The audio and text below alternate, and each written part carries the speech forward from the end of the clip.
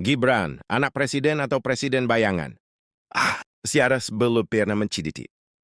Seorang anak presiden, dalam waktu secepat itu, menduduki kursi wapres. Bukan karena desakan rakyat, tapi karena rekayasa hukum. Gibran Raka Buming Raka hanyalah pengusaha kuliner beberapa tahun silam. Ia bukan kader partai, bukan aktivis pergerakan, dan belum teruji dalam diplomasi nasional. Tapi tiba-tiba, ia meloncat dari meja pecel ke meja kekuasaan, dari dapur bisnis ke dapur istana. Siapa yang membuka jalan itu? Jelas bukan rakyat, jelas bukan proses demokrasi yang sehat. Yang membuka jalan adalah Mahkamah Konstitusi. Karena terenisi bisa dibengkokkan oleh paman sendiri. MK berubah jadi alat, bukan lagi penjaga konstitusi. Dan semua tahu, keputusan itu tak lepas dari pengaruh besar Jokowi.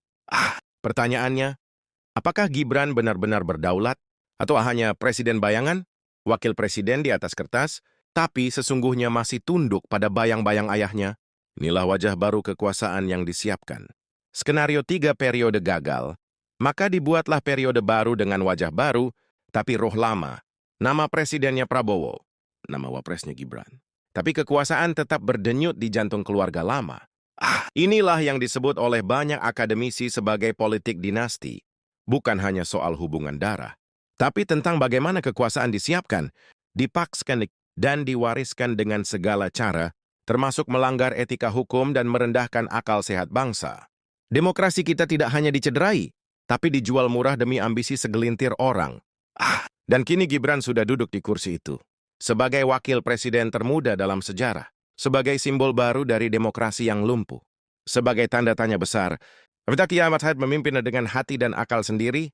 Ataukah akan terus jadi bayang-bayang ayahnya? Boneka kekuasaan di tengah bangsa yang semakin lelah? Wahai rakyat, inilah saatnya membuka mata. Apakah kita memilih masa depan yang merdeka? Atau hanya mewariskan takhta untuk keluarga? Suara langit, ketika rakyat tak lagi punya mikrofon. Bagikan jika kamu masih punya hati.